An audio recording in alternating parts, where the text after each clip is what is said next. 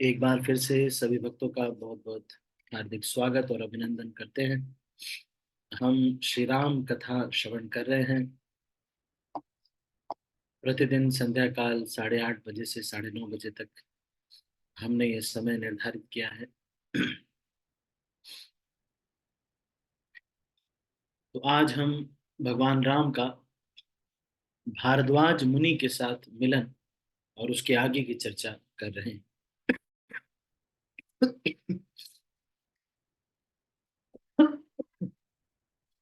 केवट के वहां से निकलने के बाद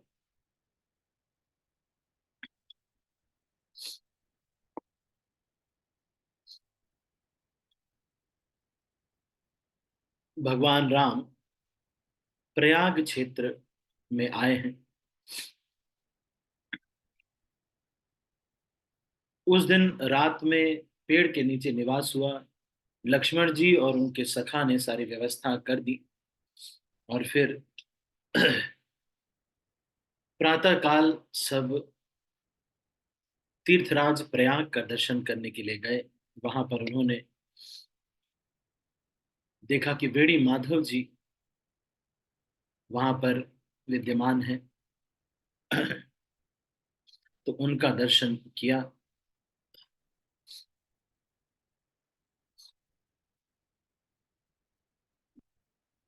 फिर वहां पर ही त्रिवेणी संगम, गंगा यमुना और सरस्वती का संगम, अक्षय वट छत्र है और इन दोनों का भी उन्होंने दर्शन किया। इसके बाद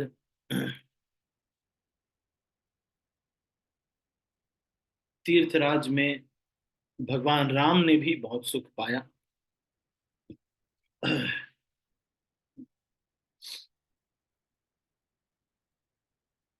वहीं पर भगवान राम ने प्रयागराज की कथा की। भगवान राम ने सीता जी, लक्ष्मण जी और अपने सखा गुह को तीर्थराज की महिमा सुनाई। उसके बाद प्रणाम करके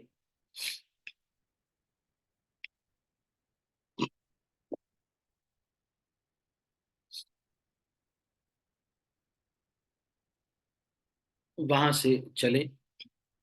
फिर भगवान राम भारद्वाज मुनि के पास आए, उन्हें दंडवत प्रणाम किया और मुनि ने उनको हृदय से लगा लिया।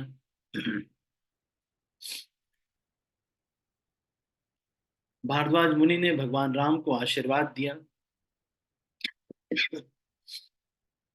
मुनिराज ने उनको आसन दिया और उनका पूजन करके उन्हें संतुष्ट करके उन्हें कंद मूल फल और अंकुर लाकर दिए।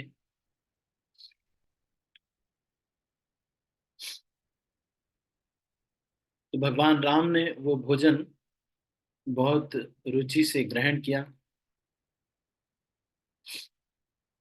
फिर भारद्वाज मुनि ने बताया कि मेरे सारे तीर्थ सेवन और त्याग, मेरा तप सब आज सफल हो गया, क्योंकि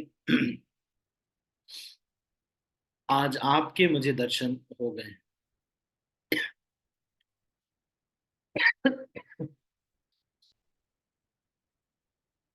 लाभ अवधि सुख अवध न दूजी, तुम्हारे दरस आस सब पूजी।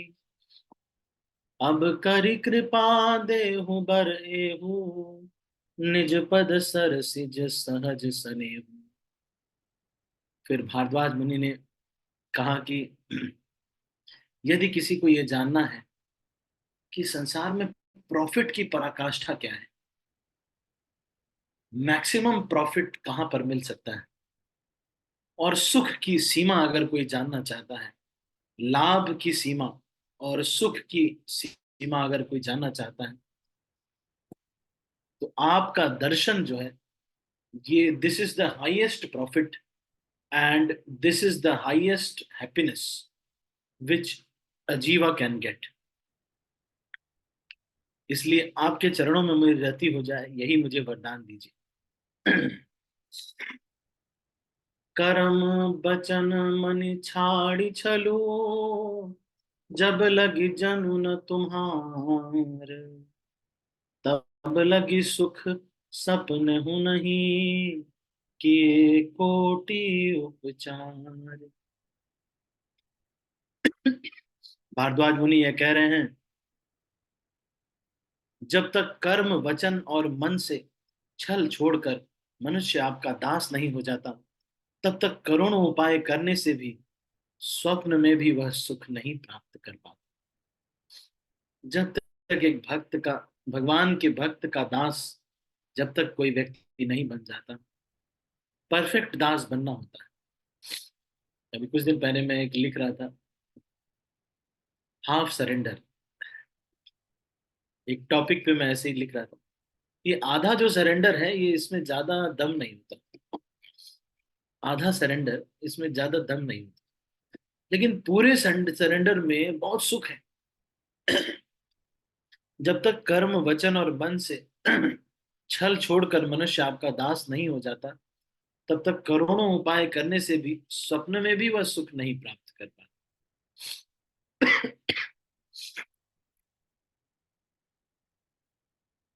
क्योंकि पूरा समर्पण जब तक नहीं करते, तो भगवान भी पूरी तरह से अपने आप को नहीं दे पाते। मैंने आपको इसलिए ये पहले भी बताया कि समर्पण का मतलब क्या है। 100% जब हम समर्पण करते हैं भगवान को, तो फिर भगवान हमारा पूरा देख रेख करते हैं। लेकिन हम 100% समर्पण नहीं करते, तो आधा करते हैं, इसलिए पूरा आनंद नहीं मिलता।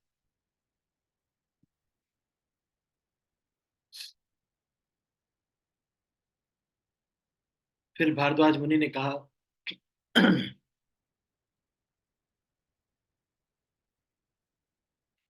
रामचंद्र जी बोले, हे मुनीश्वर, जिसको आप आदर दें वही बड़ा है, और वही सब गुण समूहों का घर है।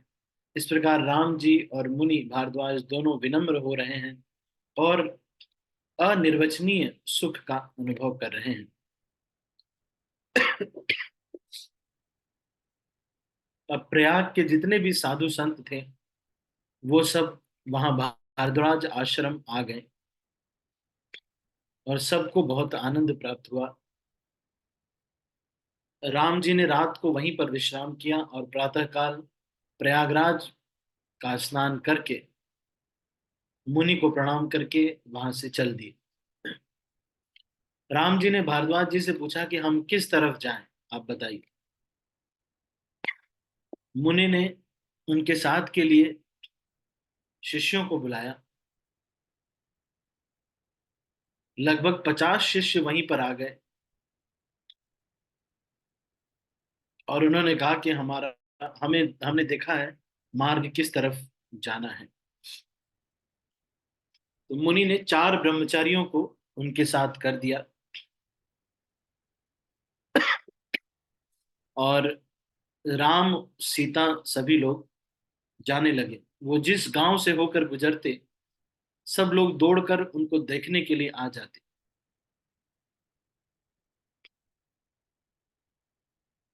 उसके बाद राम जी ने चारों ब्रह्मचारियों को भी विदा कर दिया, और अपनी अनन्य भक्ति का वरदान देकर उन्हें जाने को कहा।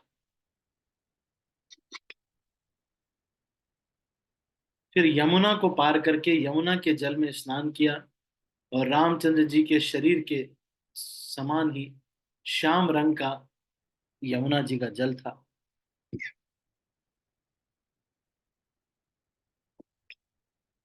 सब लोग वहीं पर आकर के उनका दर्शन करने लगे, राम जी का।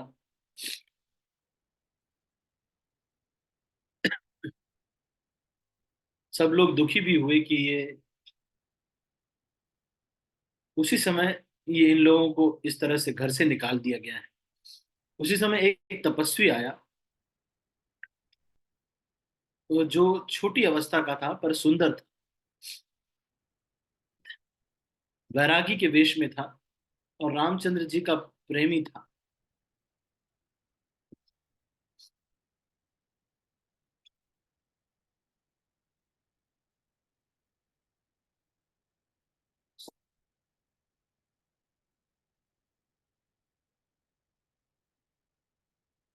उनको पहचान कर उनके नेत्रों में जल भराया। रामचंद्र जी ने उनको गले से लगा लिया। फिर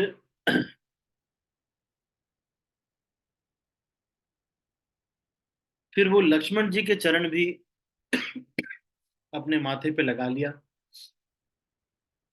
और लक्ष्मण जी ने उनको उठा लिया।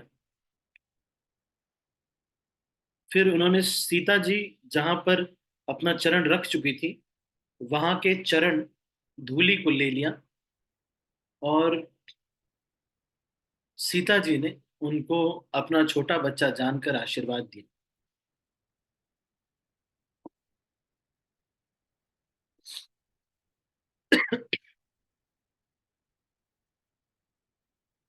बीच में बाकी सब लोग ये बातें कर रहे थे कि कैसे मम्मी पापा हैं इनके कि इतने सॉफ्ट बच्चों को इन्होंने घर से बाहर निकाल दिया।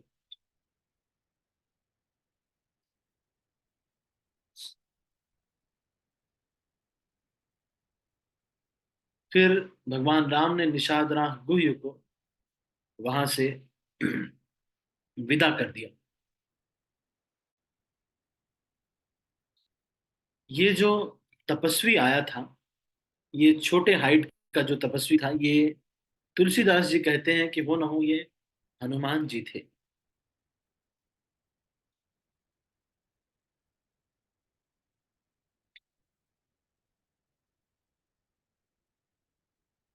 फिर ये तीन लोग अब चल पड़े।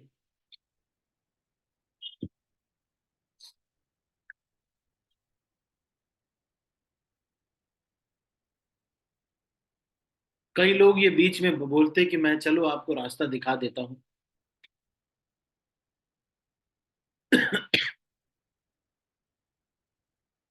और भगवान राम उन्हें विनय युक्त वचन कह के लौटा देते।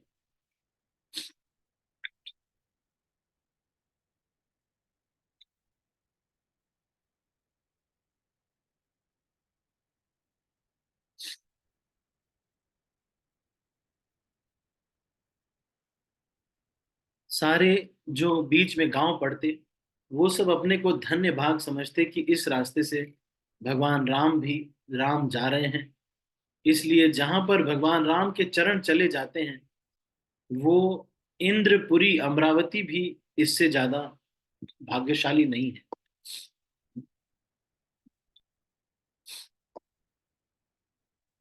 फिर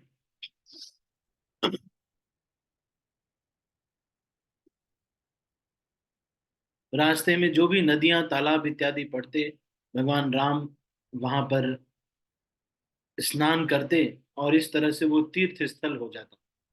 और जिस पेड़ के नीचे भगवान राम बैठते, वो कल्प वृक्ष हो जाता।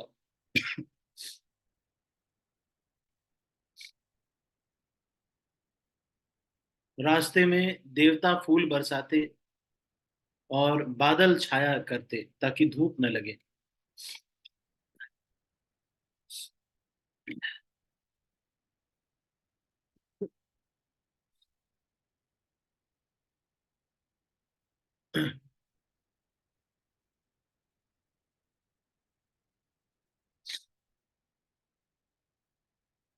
कई लोग ये भी कहते कि पत्ते ले आते और बिछाते, और कहते कि थोड़ी देर यहाँ बैठ लो, आराम कर लो, फिर चले जाना। कई लोग ये कहते कि यहाँ पर थोड़ा पानी पी लो, बैठ जाओ। सीता जी को कई लोग कहते कि यहाँ छाया में बैठ जाओ, इस पेड़ के नीचे बैठ जाओ। और जब वो बैठ जाते तो उनको देखते ही रहते एक टक। इतने सुंदर थे भगवान राम और सीता लक्ष्मण।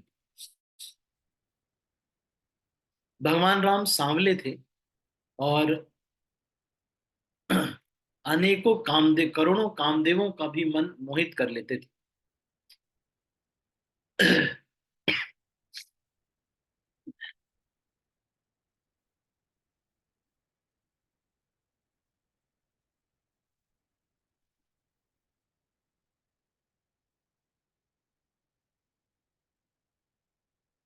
तो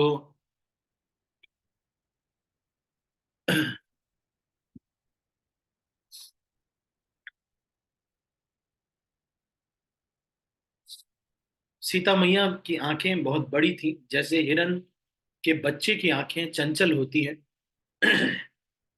और कोयल के जैसे उनकी बोली थी।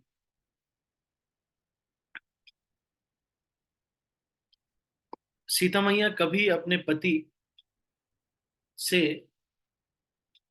चेहर आंखें मिला करके नहीं देखती थी। जब बहुत सारे लोग उनसे पूछने लगते और स्त्रियां ये पूछने लगती कि ये जो तुम्हारे साथ हैं ये लोग हैं कौन, दो लड़के जो तुम्हारे साथ हैं ये कौन है।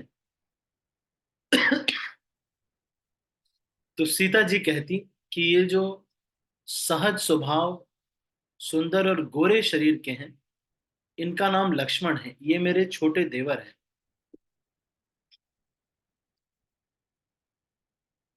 और फिर सीता मैया अपने मुख को आंचल से ढक ढककर तिरछी निगाह से राम जी की ओर देखती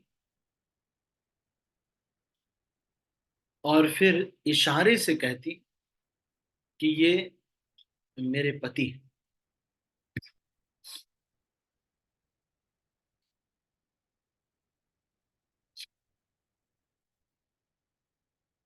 सारी स्त्रियां वहां पर बार बार उनको इस तरह से आशीर्वाद देती कि नजर ना लग जाए, और सब देवी, पार्वती देवी आपके ऊपर कृपा करें, और आप लौटते समय इधर ही से लौटना।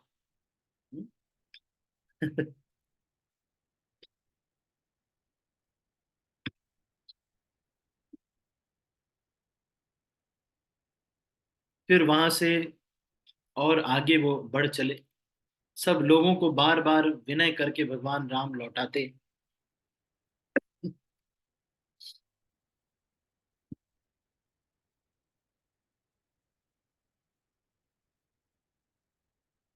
कुछ लोग तो ये भी कहते, जो लौटने वाले जो लोग थे वो ये कहते कि वह विधाता ही शायद बड़ा निर्दय है, बहुत निष्ठुर है, उसके ऊपर कोई है नहीं, जिसने चंद्रमा को रोगी बना दिया, कल्प वृक्ष को पेड़ बना दिया, और समुद्र को खारा बनाया। वो ही जो गलती करने वाला ये है, ये गलतियां हैं विधाता की। ऐसा लोग कह रहे थे कि विधाता ने भी कुछ गलतियां की, इतना बड़ा समुद्र बनाया उसको खारा बनाया। कल्प वृक्ष के पेड़ हैं, लेकिन ये पेड़ क्यों हैं, वो आप चल फिर नहीं सकते, उसके पास जाना पड़ता है, गलती है कि नहीं। और चंद्रमा को भी रोगी बनाया, इतना सुंदर चंद्रमा बनाया, उसमें भी कलंक लगे हुए। उसी ये जो गलती करने वाला विधाता है, इसी ने इनको वरदान, ये जो है वनवास दिया होगा, और कोई तो वरदान इनको वनवास नहीं दे सकता।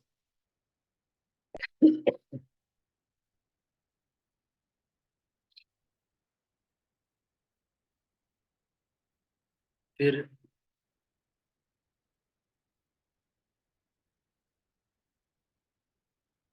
कई लोग ये कहते कि चलो जो भी किया, पर इतना तो अच्छा काम किया कि हमको देखने को इनको मिल रहा है।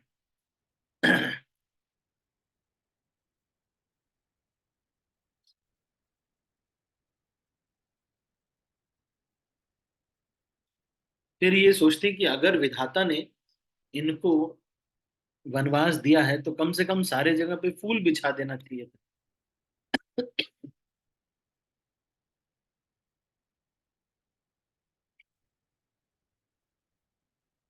इस तरह से तपस्वियों के वेश में भगवान राम चले जा रहे हैं आगे, और साक्षात कामदेव, वसंत ऋतु, चंद्रमा जा रहे हैं ऐसा लग रहा है।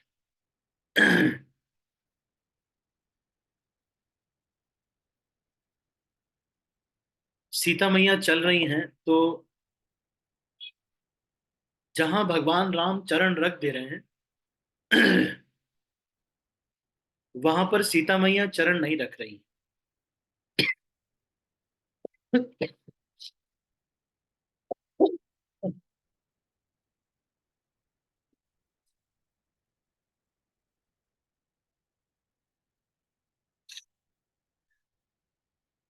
सॉरी, मेरा थोड़ा गला खराब है। अ,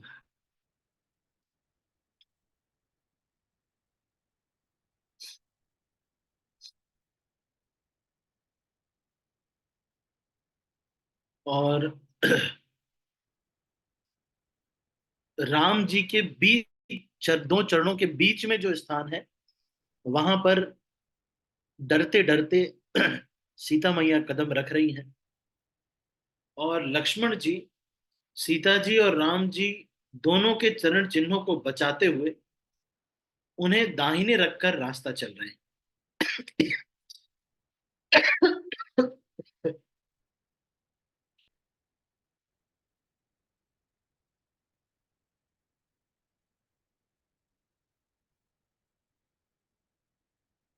तो इस तरह से ये लोग जान रहे हैं।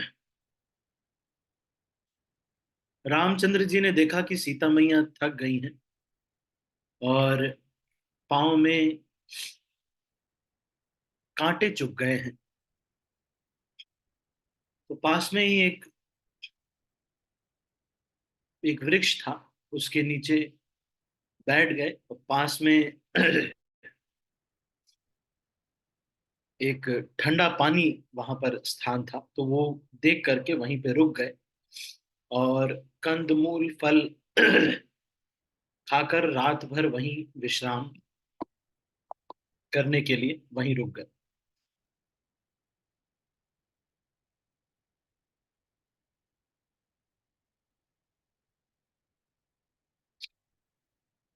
तब राम जी को ये पता चला कि ये वाल्मीकि जी का आश्रम यहाँ पर है।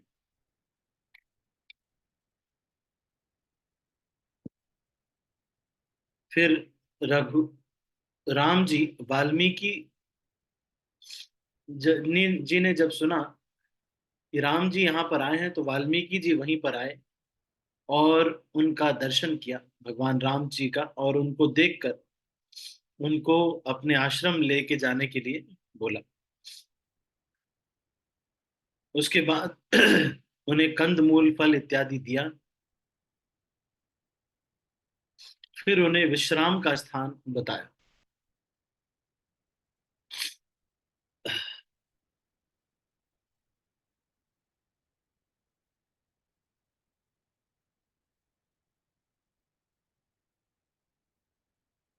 फिर वाल्मीकि जी ने उनसे पूछा कि ये सब हुआ कैसे। तो भगवान राम ने सब कथा सुनाई कि किस तरह से रानी कैकेयी ने वनवास दिया, और सारा कुछ उन्होंने कथा उनको वाल्मीकि जी को सुनाया, भगवान राम ने। पिता की आज्ञा का पालन, माता का हित, और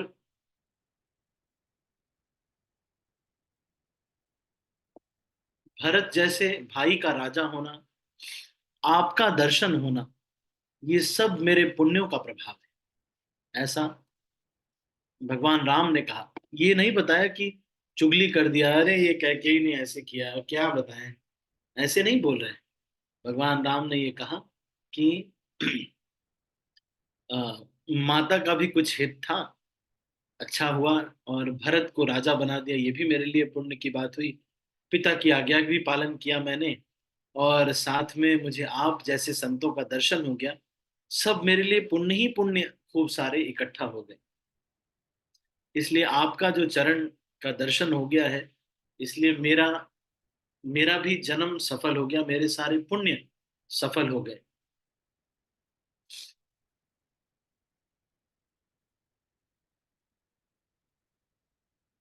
अब आप ऐसा कीजिए कि मुझे कोई स्थान बताइए जहां पर हम रह सके, जहां आपकी आज्ञा हो, वहां पर हम कुटी बना करके कुछ समय वहीं निवास करो। भगवान वाल्मीकि जी, जो कि भगवान के ही शक्त्यावेश अवतार है, उन्होंने भगवान राम को की बहुत सारी सराहना की। और उन्होंने बोला कि आप ब्रह्मा विष्णु और शंकर को भी नचाने वाले हैं, आपको रास्ता बताने वाला या स्थान बताने वाला मैं कौन होता हूँ। और केवल आपकी ही कृपा से भक्त आपको जान पाते हैं। सोई जान ही जेहि देहु जनाई, जानत तुम ही होई जाई। तुमरी ही कृपा तुम ही रघुनंदन, जानहि भगत भगत उर चंदन।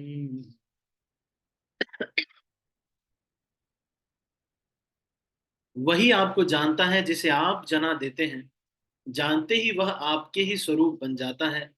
हे रघुनंदन, हे भक्तों के हृदय के शीतल करने वाले चंदन, आपकी ही कृपा से भक्त आपको जान पाते हैं।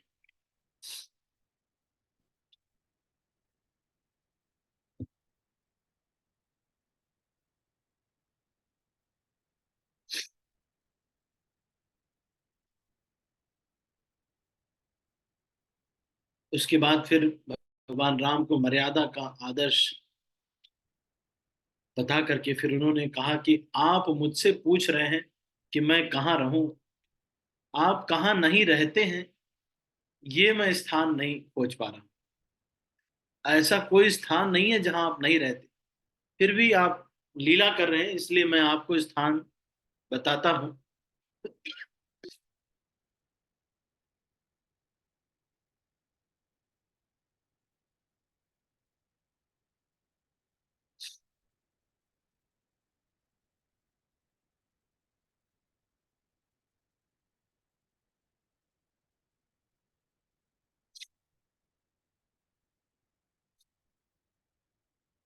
तो इस तरह से वो फिर उनको स्थान बताने के लिए कहते हैं,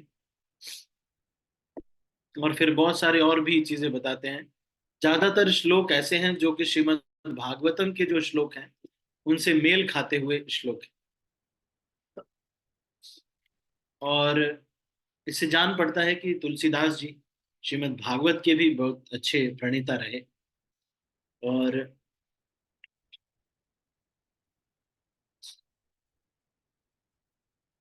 बहुत ही महत्वपूर्ण श्लोक इस बीच में आ रहे हैं, पर हम आगे की चर्चा हमें करनी है, इसलिए ये श्लोकों को हम थोड़ा सा आगे बढ़ा रहे हैं, जिसमें भगवान राम की ही महिमा के बारे में बताया गया है। सब करि मांगहि एक फलु, राम चरण रति होई। तिनके मन मंदिर बसों, सिय रघुनंदन दो। और ये सब कर्म करके सबका एकमात्र यही फल होता है कि भगवान रामचंद्र की के चरणों में हमारी प्रीति हो जाए। बहुत सारे लोग बहुत सारी तपस्या इत्यादि करते हैं, सब इसीलिए करते हैं। काम कोह मद मान न मोहा, लोभ न राग न द्रोहा। जिनके कपट दंभ नहीं माया, तिनके हृदय बसौ रघुराया। कह रहे हैं कि रघुनाथ जी किसके हृदय में बसते हैं? जिनके हृदय में काम क्रोध मद अभिमान मोह लोभ राग द्वेष कपट दंभ ये सब नहीं है, उनके हृदय में भगवान राम वास करते हैं। सबके प्रिय सबके हितकारी, दुख सुख सरिस प्रशंसा गारी। कहीं सत्य प्रिय बचन विचारी, जागत सोवत शरण तिहारी।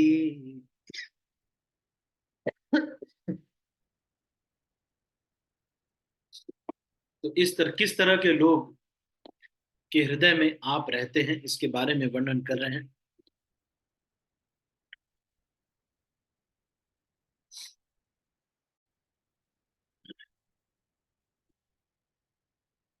जे हर सही पर संपत्ति देखी, दुखित हो ही पर विपति विषेखी, जिनहि राम तुम प्राण पियारे, तिनके मन शुभ सदन तुम्हारे। कह रहे हैं कि जो दूसरों को खुश होते देखकर बड़े खुश हो जाते हैं, जो लोग दूसरों के ऊपर विपत्ति आने पर खुद बहुत दुखी हो जाते हैं,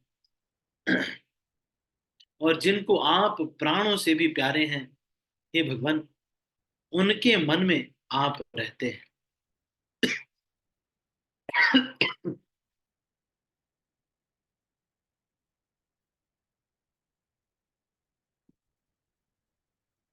अवगुण तजी सबके गुण कहाई, विप्रधेनु हित संकट सहाई, नीति निपुण जिन कई जगली का, घर तुम्हार तिन्ह कर मनुनी का। उनका मन आपका घर है, जो सारे अवगुणों को छोड़कर केवल गुणों को ग्रहण करते हैं। जो ब्राह्मण, साधु संतों और गायों के लिए संकट सहते हैं, नीति निपुणता में जिनकी जगत में मर्यादा है, उनका सुंदर मन आपका घर है।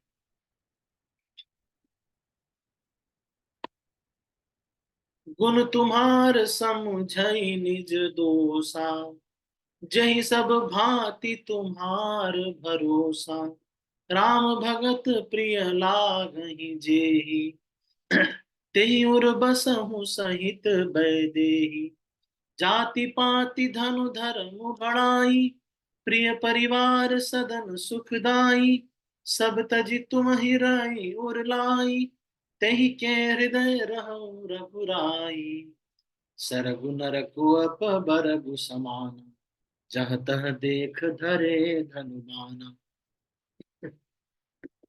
कर्म बचन मन राउर चेरा, राम करहु तेहि के उर तेरा। उर मतलब हृदय, राम उसके हृदय में रहते हैं, इसके बारे में बता रहे हैं। ये सारा श्रीमद् भागवत के श्लोक ही हैं जिनको अवधि भाषा में यहाँ पे लिख रहे हैं।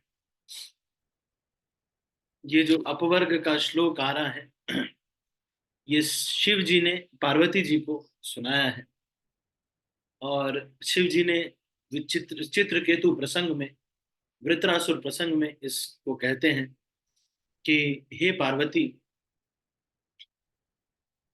स्वर्गापवर्ग नरकेशु अपि तुल्यार्थ दर्शिना। ये श्लोक का ही ट्रांसलेशन यहाँ पर रामचरितमानस में लिखा हुआ है। सरगु नरक अपवर्ग समाना, जहत देख हरे धनु बाना, कर्म वचन मन राउर चेरा, राम करहु ते के उर डेरा। श्रीमद् भागवतम के श्लोक का ही ट्रांसलेशन है। तो इनके हृदय में भगवान राम रहते हैं, इसलिए ये यहाँ पर भगवान किसके हृदय में रहते हैं, ये वर्णन यहाँ पर कर रहे हैं। इस प्रकार मुनि बताने लगे कि भगवान राम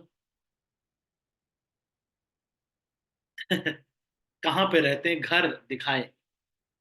लेकिन राम जी ने कहा कि फिर भी अभी मुझे अपनी पत्नी के साथ रहना है, तो आप एक स्थान बताइए जहां पर मैं रहूं। तो फिर इस समय के लिए मैं आपको एक निवास स्थान बता रहा हूं। चित्रकूट पर्वत के पास आप निवास कीजिए, वहां पर आपके लिए सब सुविधा है, और सारे पक्षी, सिंह, हाथी, हिरन इत्यादि सब वहां पर विहार करते हैं। वहां पर पवित्र नदी है, और अत्रि ऋषि की पत्नी अनुसुईया अपने तपोबल से उस नदी को लेकर के आई थी। गंगा जी की एक धारा है जिसका नाम मंदाकिनी है, वो वहां पर बहती है।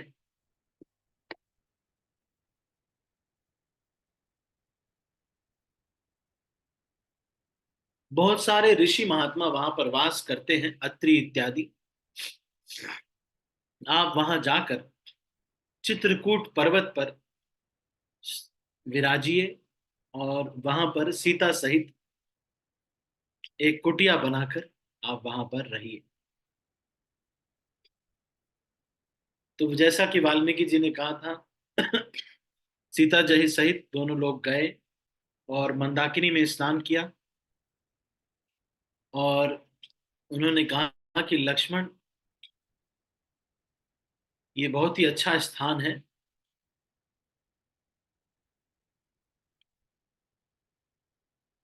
चित्रकूट बड़ा ही मनोरम स्थान है।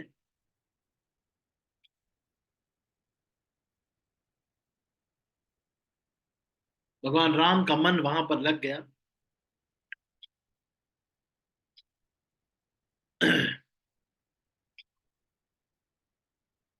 और देवताओं ने जब जाना कि भगवान राम का घर बनाना है, तो उन्होंने विश्वकर्मा जी को लेकर के आए सब लोग। कोल भील इन लोग के रूप में विश्वकर्मा जी भी आए। और पत्तों घास इत्यादि से बहुत ही सुंदर कुटिया बना दी।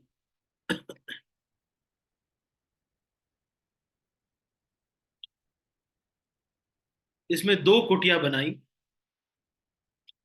जिसमें एक बहुत ही सुंदर छोटी सी थी और दूसरी बड़ी थी।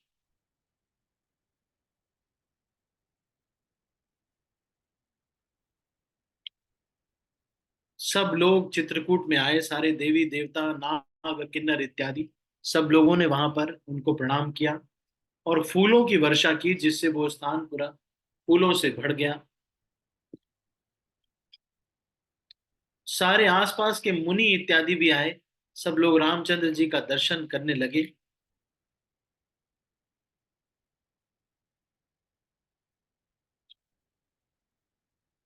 फिर भगवान राम ने सबको प्रणाम करके सबको विदा किया। कोल भील इत्यादि को पता चला तो वो सब भी वहीं पर आ गए और बहुत सारा कंद मूल फल इत्यादि लेकर के चल दिए। सब लोगों ने भेंट आगे रख करके ऐसे एक टक लगा करके भगवान राम को देख रहे थे। भगवान सीता मैया को देख रहे थे और रोते ही रहते थे।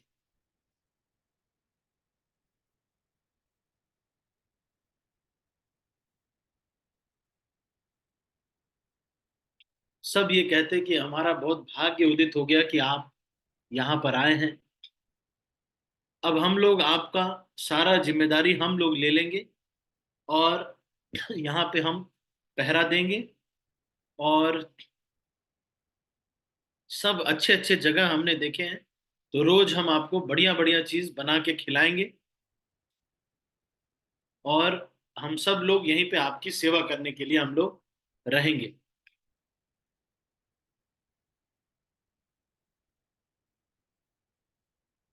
लेकिन भगवान राम ने, जिनको कि केवल प्रेम ही प्यारा है, ऐसा कहते हैं, राम ही केवल प्रेम प्यारा, जान ले जो जान निहारा। राम सकल बनचर तब तोषे, कही मृदु बचन प्रेम परिपोषे।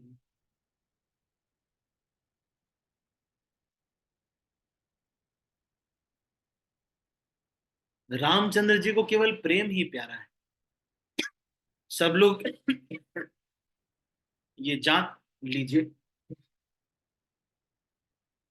और सबको भगवान ने विदा किया ये कह के कि मुझे मेरे पिता ने तपस्वी का जीवन जीने के लिए कहा है, इसलिए आप लोग यहाँ से चले जाइए।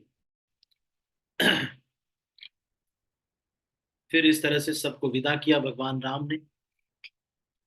और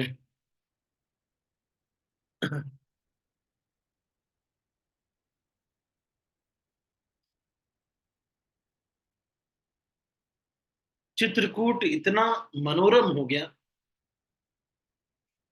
सारे तालाब, सारे नदियां, सारे तीर्थ सब चित्रकूट की बड़ाई करने लगे। गोदावरी नर्मदा सभी मंदाकिनी की बड़ाई करने लगी। कि भाई तुम्हें इतना अच्छा स्थान प्राप्त हुआ है। मंदराचल, सुमेरु, सब लोग देवताओं के रहने के स्थान है, लेकिन राम जी तो तुम्हारे पास रह रहे हैं। इसलिए हिमालय इत्यादि जितने भी पर्वत हैं, शैल हिमाचल आदिक जेते, चित्रकूट जसु गावहीं ते विधि मुदित मन सुख न समाई, श्रम बिनु विपुल बड़ाई पाई। फिर इस तरह से चित्रकूट में भगवान राम के लिए,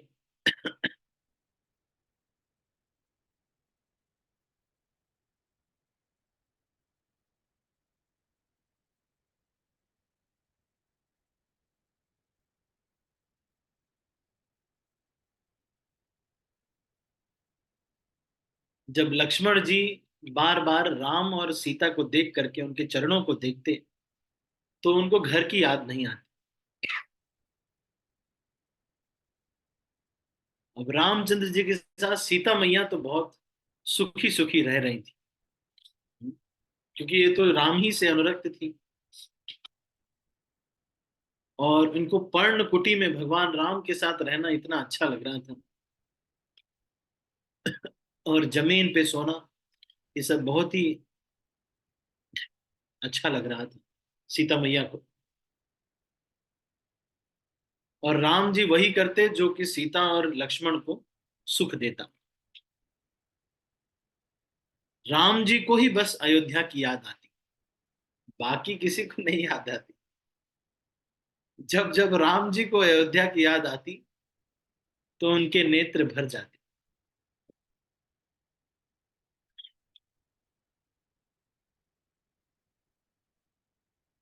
जब राम जी को दुखी देखते, तब इन लोगों को भी दुख होता।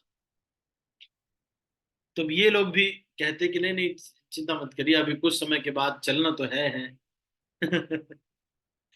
इस तरह से राम जी को ये लोग समझाने लगते, और कोई और कहानी सुनाने लगते।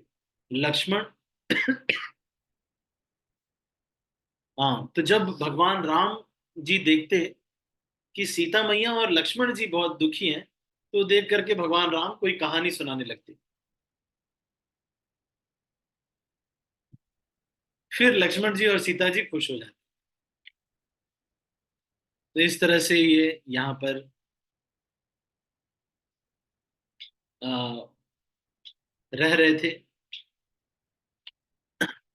निषाद राज जब लौटे तो सुमंत से मिले, और सुमंत को देखकर वो लक्ष्य निषाद राज को देख के, अकेले आ रहे थे तो देख करके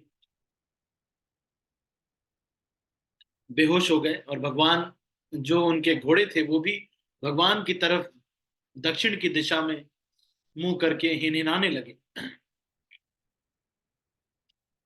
घोड़े भी बहुत दिन से न घास चरते न पानी पीते, केवल घोड़ों के भी आंखों से आंसू ही बह रहे थे।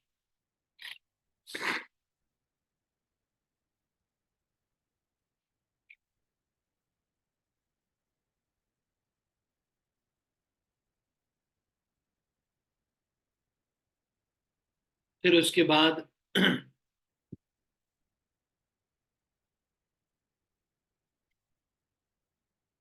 चार निषादों को बोल करके निषाद राज ने कहा कि इनको, चलो हम लोग अवध चलते हैं। और फिर सुमंत्र के साथ ये लोग अवध पहुंचे।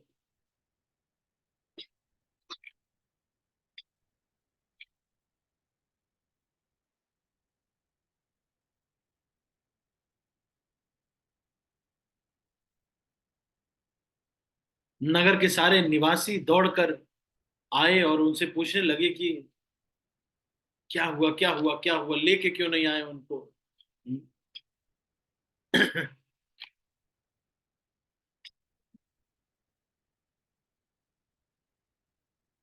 जैसे ही वो नगर में पहुंचे, तो ऐसा लगा कि मर्डर करके आए हैं। सारे लोग ऐसे देख रहे थे जैसे मर्डर करके आए। फिर सारी रानियां भी आकर पूछने लगी कि क्या हुआ, लौटा के नहीं लाए उनको। हम्म?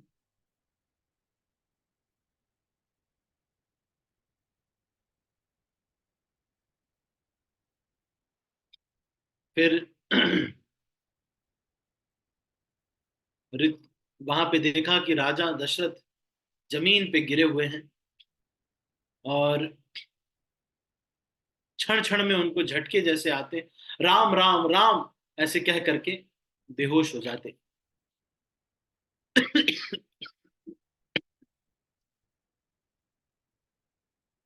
तो अभी हम इसको यहीं पर विराम देंगे। किस प्रकार से वहां पर वो दुखी हुए, इसकी चर्चा हम आगे करेंगे। तो आज हमने लगभग 38 पेज पढ़े, और इस पेज के आगे की चर्चा हम अब कल करेंगे। राजा किस तरह से मंत्री से वियोग, अब राम के वियोग के बारे में पूछ रहे हैं, इसकी चर्चा हम आगे करेंगे। ठीक है, तो अभी हम इसको यहीं पर समाप्त करते हैं। आप सभी भक्तों का बहुत बहुत धन्यवाद। यदि आपके मन में कोई प्रश्न है तो एक दो प्रश्न हम ले सकते हैं, 1-2 मिनट, 4 मिनट छोटे प्रश्न ले सकते हैं।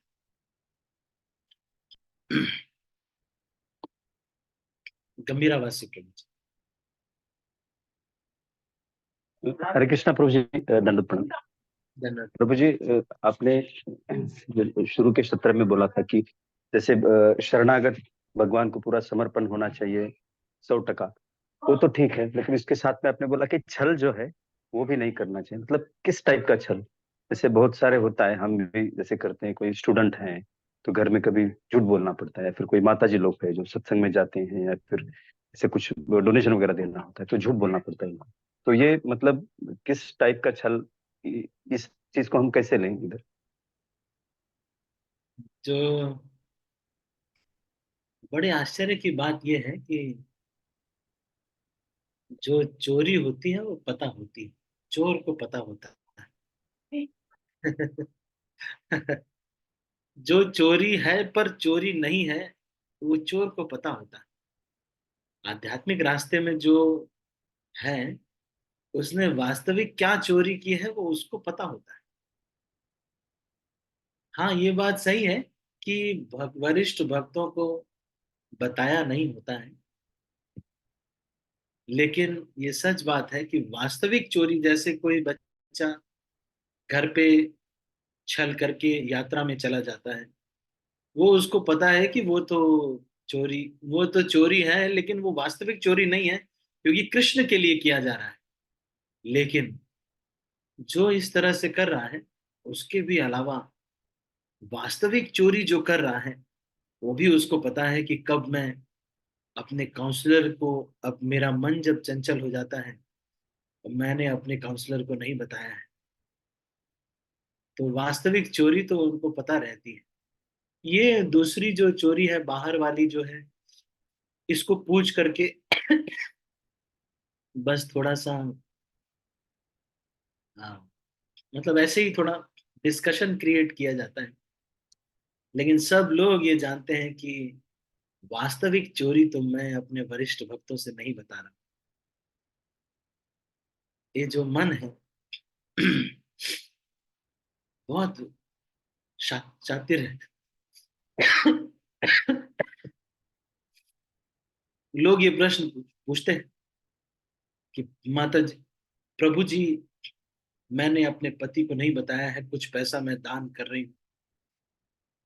वो तो अच्छी बात है, बहुत अच्छा कर रहे हैं, और उससे बचने के उपाय भी भक्त लोग बता देंगे। वहां पे नहीं बात की जा रही। वो मन जहां चीटिंग कर रहा है, वास्तव में ज्यादातर चीटिंग, एक्चुअल चीटिंग पता रहती। एक्चुअल हम कहाँ पूरा समर्पण नहीं कर रहे हैं पता रहता। लेकिन सोचने वाली बात यह है कि एक बार छोड़ के देखो, पूरा समर्पण करके तो देखो। सारी किताबें भरी हुई हैं इससे कि भाई पूरा समर्पण करके देखो, मैं तुम्हारी रक्षा करूंगा। करके तो देखो, डरते रहते हैं। सारी किताब में लिखा हुआ है, राम जी, कृष्ण जी, वामन देव जी, सब लोग आकर के वादा कर रहे हैं। सारे शास्त्र में ये कह रहे हैं कि मुझे समर्पण करो। करके तो देखो, 100% वाला करने में बहुत दमदार है। वास्तविक अभी तो सुख मिलता है हमको, जब हम कभी यात्रा में जाते हैं, नाचते, थोड़ा बहुत सुख मिलता है।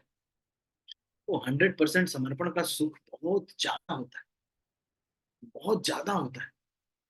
गृहस्थ आश्रम में केवल अपने कर्तव्य निर्वाह के लिए, नियमतः जिस तरह से हम जीवन जी रहे हैं, अपने कर्तव्यों को निर्वाह करते हैं, बाकी अपने कर्तव्यों को निर्वाह कर रहे हैं, और सब कुछ कृष्ण पर ही निर्भर करके, जस्ट डिपेंड ऑन कृष्णा, इस तरह से करके जो जीवन जीने का जो आनंद है, वो बहुत श्रेष्ठ आनंद है। और रही बात